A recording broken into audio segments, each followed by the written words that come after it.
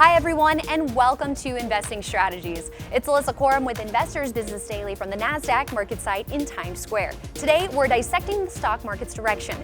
As trade war headlines spark heavy selling, where do we go from here? The chief investment strategist of William O'Neill & Company is here to weigh in. And we'll also break down two top stocks on his radar. And speaking of top stocks, how exactly are investors supposed to filter out the noise and find the best names before they make big moves? Well, we're analyzing one of this year's biggest winners to walk you through IBD's recipe for success. Plus, we're sitting down with the head of research at Nasdaq, Dorsey, Wright, to learn more about how they're using relative strength to find stocks on a hot streak. Investing Strategies starts now.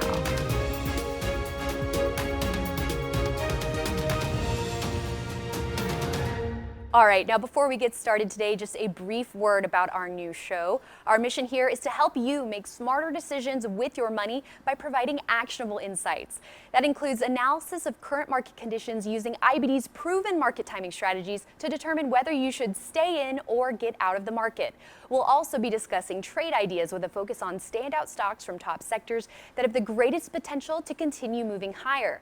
And timely case studies will be used to explain timeless tactics for buying and selling. Plus, you'll hear from investing experts, industry thought leaders, executives of trending companies, and more, all to give you an edge with your investments. So let's kick things off with some market insights. Joining me today for our discussion is Randy Watts, Chief Investment Strategist at William O'Neill & Company, an affiliate of Investors Business Daily. Thanks so much for joining us today, Randy. Thanks for having me on, Allie. All right, so with the sell-off intensifying here, what is your outlook on where we might be headed in the near term? So I would say, if we first start with the technicals, the technical picture of the market has really changed very dramatically in the last 2 weeks. If we go back to last week, we started the week with over 70% of stocks in the S&P 500 above both their 50-day moving average and their 200-day moving average. As we enter today, those numbers have fallen to only 47% above their 50-day and only 64% above their 200-day. So the markets on an individual stock basis really narrowed. That's actually occurred in the sector area as well. At William O'Neill, we define the market as 11 sectors. Right now, 9 of those are trading below their 50-day moving average and only 2 are above.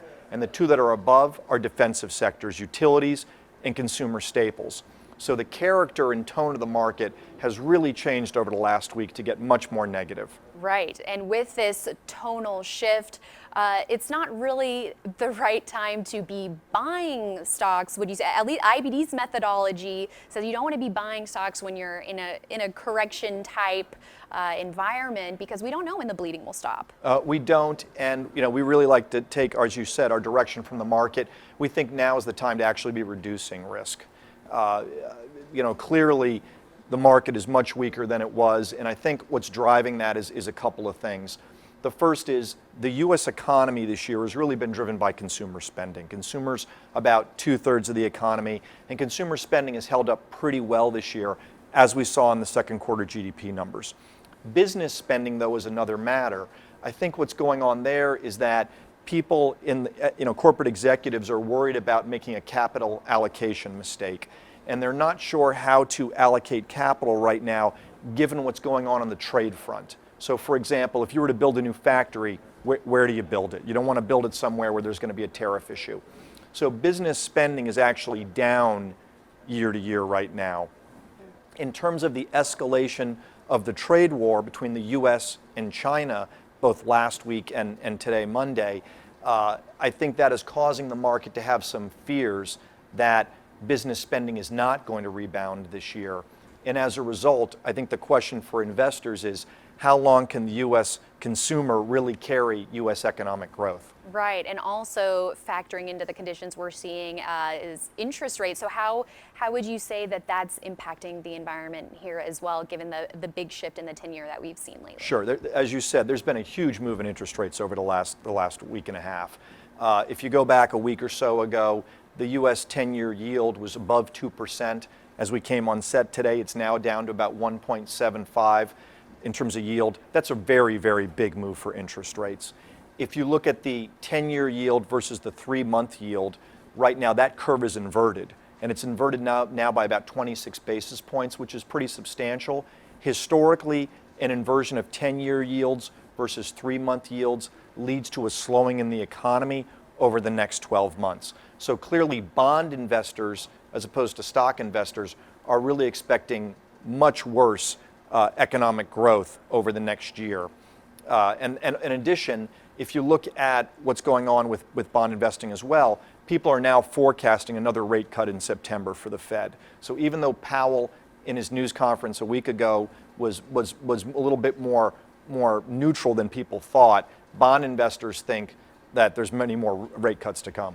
Right, and speaking of the Fed, I feel like one of the themes this year is just the headline-driven nature of the market really impacting where we could go. So if we do happen to see some positive headlines and head higher from here, touching on the technicals from that perspective, could we perhaps see a little resistance, or what would make you feel more confident about increasing your exposure? So I would say a couple of things. The first is, if you look at what the market's done, if you use the S&P as a proxy for the market, and you look at what the market's done over the last year, we entered last August with the S&P around 2813. You know, as we came on this morning, right now the market's around 2860. So the market hasn't really done very much over the last year, even though it's been a pretty volatile ride. I think in terms of feeling better about things, we'd really want to see three things. First, we would like to see continued easing by the Fed. Second, we would like to see some resolution on some of these trade issues, so we know what rules businesses are operating under. And third, and very important for us, because at William O'Neill we believe stocks follow earnings. Earnings estimates have been coming down dramatically for the second half of this year. And I think to feel better about the market, we would want to see earnings estimates for the S&P stabilize or start to move higher. When we entered this earnings season, estimates for the third quarter were for earnings to be up roughly 1% to 2%. They're now actually forecasted to be down. The fourth quarter was estimated to be up about 6% to 7%. It's now forecasted to be up only 4%. So as we've moved through the year, earnings estimates have continued to ratchet down on a forward basis, and we really want to see that stop to get a little bit more bullish on stocks. All right, well, with that backdrop in mind, let's now pivot to this week's stocks to watch, starting with Marvell Technologies. Now, given the trade war tensions, the semiconductor sector does have a lot of exposure to China. So I think this is one great example of something that investors need to be aware of when they are looking to invest in different sectors, given this whole backdrop of the China trade war right now. Absolutely, and I think our focus is not on semiconductors that are selling into just the general economy and are economically sensitive. Right. We're really looking for names that have something specific and thematic going on with their business. And Marvell, which is a fabulous semiconductor company that really concentrates on networking and communications, they're making chips for 5G, which is the next generation cellular infrastructure, and they're one of the leaders there. They've got agreements with Nokia, Ericsson, and importantly Samsung. And the 5G rollout is really just starting right now around the world. It's estimated that over the next 5 years, spending on 5G is going to grow 30% a year. Importantly for Marvell, on the 5G equipment, they get 4 times the dollar content in 5G than they got in 4G. So we think there's a secular story for this company where the 5G rollout happens around the world, really regardless of the short-term fluctuations in the economy. And that's set to have a huge impact on their earnings, especially next year. So when you talk about the importance of strong earnings and stocks following earnings, we could see potentially a lot of upside here for this stock. If some of this downward pressure from the trade war perhaps subsides a bit. Absolutely, the stock's trading around $25 today. The estimates for next year are around $1.30. So on a price earnings basis, it's not a particularly expensive stock. And we think if those earnings can come through, the stock can move appreciably higher over the next year. All right, great. And now let's talk about Twitter holding up pretty nicely here given the downdraft. And the story here on the fundamental side is this increasing user growth. So why do you have your eye on Twitter here? So a couple of things. First, we love the technical pattern. It's got a nice cup with handle, which, as our viewers know, is historically a very good technical pattern for price appreciation. Second, one of the things that's happened at Twitter that's important is that, as you mentioned, users have turned around. User growth was decelerating. In Q1, it turned around and started to reaccelerate. It accelerated again in Q2. If you look at their daily average users, it's gone from 122 million last year to 139 million now. And also, they're expanding into video content, which we think is a very exciting space. They've signed an agreement with Comcast to do live broadcasting of the Olympics. They've also got new deals with ESPN and with Viacom. So we think the increase of video content on Twitter is going to lead to much more user engagement and really portends well for the company over the next year. Right, so it sounds like the fundamental story is there, the chart is holding up nicely, as you mentioned, but with this backdrop of market uncertainty, wouldn't be advised to be aggressively buying shares here, would it? We'd really like to see the market start to stabilize. The market is moving through its 50-day moving average on both the S&P and the Nasdaq. We think the next reasonable level of support for both averages is the 200-day moving average. That's about 3% down from where we're trading. So we'd really like to see the market start to stabilize before we want to put a lot of new capital in. Again, you've had a big move in the market, you've had a big narrowing in the number of names participating, and you've had some negative action in the bond market in terms of predicting the economy. So we think investors should let some of this settle before getting more aggressive on buying stocks. Well, thanks so much for those insights, especially important now that we are seeing this tonal shift. Thanks so much, Randy. Absolutely. All right, and coming up next, we'll be talking technicals and taking a look at the chart of one of this year's top growth stocks. I'm going to walk you through 3 key factors you should analyze when you're looking for top stocks. Back in a minute. This season on Cultural Capital, we are in New York City and San Francisco.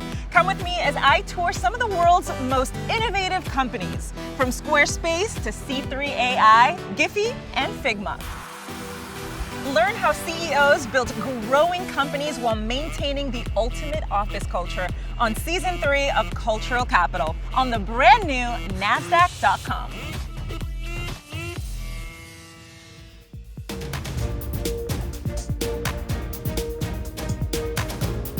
All right, so when you're looking for the best stocks to buy, you need a set of criteria to narrow down your search from the thousands of stocks that are out there. That's why IBD's investing methodology focuses on 3 key pillars to find winning stocks before they make their big moves.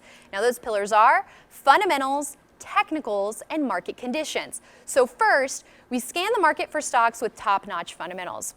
IBD's research shows that strong earnings growth is one of the most important factors to consider when you're buying stocks. Now, you ideally want to look for companies with earnings growth of at least 25% or more in the most recent quarter, and it's even better when that growth has shown acceleration. And strong sales growth is also key.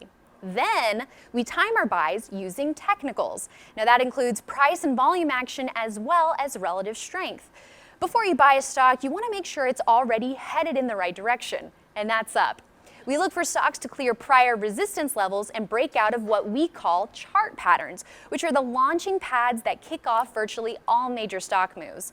You also want to check the volume when analyzing any changes in share price. That'll help you figure out if institutional investors are aggressively buying or selling a stock. When you see strong volume as a stock blasts higher, that's bullish. It's also important to buy leading stocks that are outperforming the market. And IBD's relative strength line measures price performance versus the S&P 500. And when that line hits a new high as the stock breaks out, that's a confirming technical indicator. Now, the third pillar is market timing. Even the best stocks will have a hard time moving meaningfully higher when the stock market is heading south. So having a market uptrend on your side when you're buying is crucial. But if the market is in a correction, that's not the time to stop paying attention. That's when you should be looking for stocks that are holding up and outperforming the market, which goes back to that point about relative strength. Those are going to be the stocks that are ready to blast higher when there's a new market uptrend.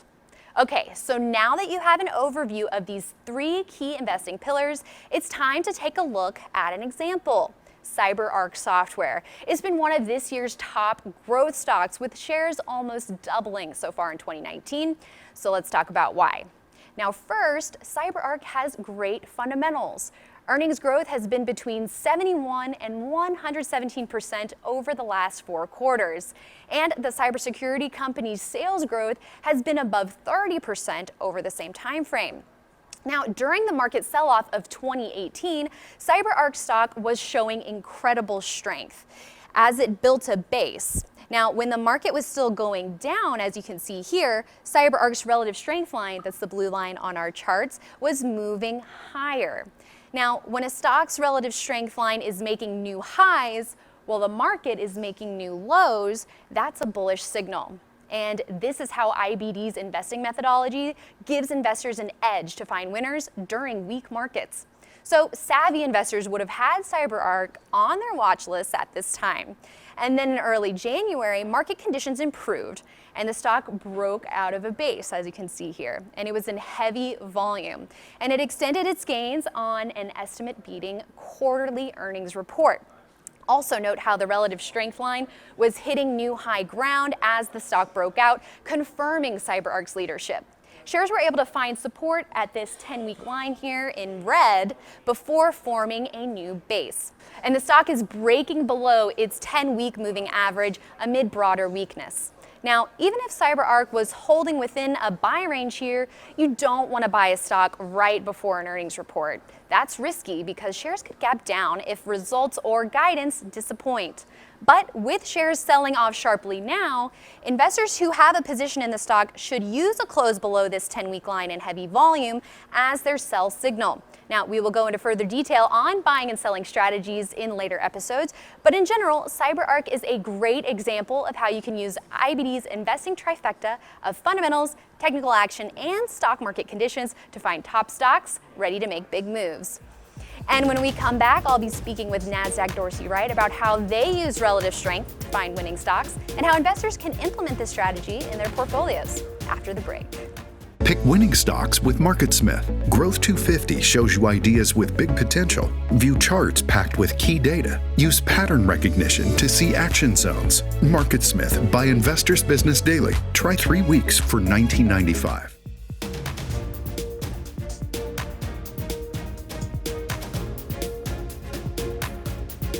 Finding leading stocks that are outperforming the market makes a huge difference in your portfolio's performance. And joining me now to take a deeper look at how Nasdaq Dorsey Wright uses relative strength to find hot stocks is Jay Gragnani, Head of Research and Client Engagement at the firm. Thanks so much for joining us today. Great to be here. Thanks for having me. All right, so relative strength is Yes. something that's very important to IBD and Nasdaq Dorsey Wright as well. Looking from it from a little bit of different perspectives, but how are you guys really utilizing relative strength to inform your investing decisions? Sure. Relative strength very much is core and cornerstone to what it is that we do at Nasdaq Dorsey Wright, whether it's identifying individual stocks and finding leadership trends in the market to ranking asset classes and understanding of, do we want to be invested in stocks, or are there other asset classes that we might want to look at? And relative strength really for us is nothing more than a ranking system. It's a means of identifying leadership through market data and looking at the price movement or price action of securities versus each other. And so when we look at relative strength, we're really relying on the price performance of stocks versus each other. So if we want to know how should we buy stock A or stock B, we can take those price of the stocks, we divide one price of a stock divided by another, multiply that number by 100 just to move the decimal place over, and then we plot that reading onto a point and figure relative strength chart. And that's really what we look at. It's not so much the number, the resulting number, but it's how that point and figure chart reacts to that movement into that data in the marketplace. Right, and you're really letting the data drive your Absolutely. decision. So tell me a little bit more about the thought process of the point and figure chart, and for our viewers who, if that's a new concept to them, Sure. what should they know when they're looking at one of these? So point and figure is a form of technical analysis that goes back to the late 1800s. So it's nothing that we created, but it's something that of the founding of our firm, Tom Dorsey and Watson Wright, gravitated to this methodology as a logical, organized way to uncover the imbalances between supply and demand. And it's very much that every single stock in our system, it's either on a point and figure buy signal or it's on a point and figure sell signal. There's no in between. And so when you're looking at to evaluate a stock, we want to buy stocks that are being controlled by demand. It's the basic Econ 101, right? If there's more buyers for a particular good than there are sellers, prices have to rise. If there's more sellers for a particular good than there are buyers, prices have to fall. And if buying and selling pressure are equal, then prices have to remain the same. And the point and figure methodology is nothing more than a way for us to uncover those imbalances between supply and demand. And so when you look at a point and figure chart, it might look different than other charts. It just simply consists of X's and O's, where X's represent that the price of a stock is rising and O's represent that the price of a stock is falling, and those two columns are going to alternate over time. If you see a point on a chart where a column of X's exceeds the previous column of X's, that's what we would call a buy signal. That suggests the stock is being controlled by demand. The other side of that, if you see a column of O's that exceeds or falls one box below the previous column of O's, that's what we would consider to be a sell signal. Those are the stocks we want to avoid. Those are the stocks that are being controlled by supply. And so when we think about it in terms of relative strength, when we're comparing one stock to another, we're looking for those same buy and sell signals. And so I can very clearly identify if stock A is on a buy signal versus stock B, or vice versa. Again, it's either buy or sell. There's no in between. And I think that's one of the benefits of the methodology. Whether you're looking at just the prices of stocks or whether you're looking at it through a relative strength lens, is it's very much black and white. There's no gray area. There's no in between there. It's either on a buy signal being controlled by demand, or it's on a sell signal being controlled by supply. Okay, so what do you say to those on Wall Street who are telling people to, buy low, buy when a stock is on sale? Because our methodology at IBD, we want to be looking for strength in stocks that are already in an uptrend. Sure. So what is your take on the whole buy low, sell high mantra? Well, you look at relative strength, and the idea is to buy the strongest stuff. Right, that's when we're talking about buying relative strength or momentum. You can think about it in that way too. There's so much data, so much academic research, so much actual research that's been done out there to suggest that buying stocks with the best momentum or relative strength outperforms the market over time, and that's really what we want to do. There's other very successful investors out there that are very much value investors, and they're going to buy, and as the stock goes down, it gets to be more better value, and as it keeps going down, it gets to be a better value. For us, it's really about being disciplined about how we implement our process in buying stocks that are doing well, but having a sell discipline in place. If at some point it falls below a threshold, it moves to a sell signal, it hits our stop loss, we need to move to the sidelines. And so really, when we look at relative strength and buying the leadership trends in the market, that's what we're trying to do. But the other side of that, and probably the most important part of that, is the other side of the trade, right? When do you actually sell that stock or sell that position out of the portfolio to rebalance it into the stronger areas of the market? Yeah, that's my question, is if you're using these buy and sell signals, what is your typical holding period? Is there a typical holding period? Well, it depends on what type of strategy, whether it's a shorter term individual stock kind of very aggressive growth strategy, or whether it's a longer term maybe sector rotation strategy. So it's not so much really the holding period there that we're looking at, because they're going to vary across the board. If you go back, you can look at on our website, you can look at relative strength charts and see how long those stocks tend to stay on buy signals, and it tends to be a long time. You get a lot of these leadership groups, a lot of these leadership trends stay on relative strength buy signals for years in some cases.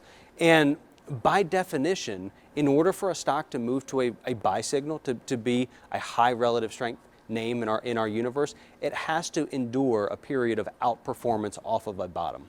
So we're never going to look to buy something at the bottom. Similarly, we're never going to look to sell it at the absolute top, because in order for a stock to fall in its relative strength ranking, it has to endure a period of underperformance before it's going to get that sell signal.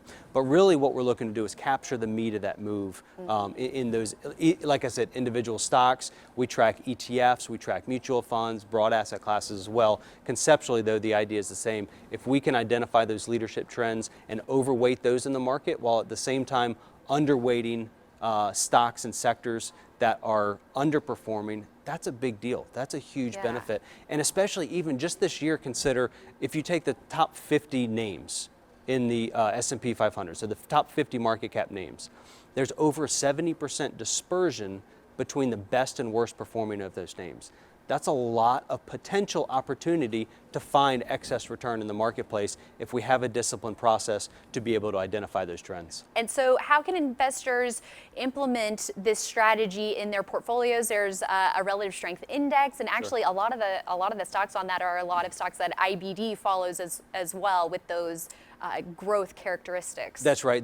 We have an extensive amount of research and tools on our website. If you go to Google Nasdaq Dorsey Wright, you go to dorseyWright.com and you can see what's out there. It's a subscription-based service, so you can go in, take a free trial, and see what types of information is there. There's also a number of investment products out there. Right. There's about 30 or so ETFs that track a Dorsey Wright branded strategy. Some are individual stock focused, some are sector rotation strategies, as well as a number of mutual funds out there in the marketplace as well. All of that information can be found right on that website, though. All right, thanks so much for joining us today and sharing these strategies with us. Thank you so much for having me. Appreciate it. Enjoyed it. All right, and thank you all for watching. We'll see you right back here next Monday for another episode of Investing Strategies.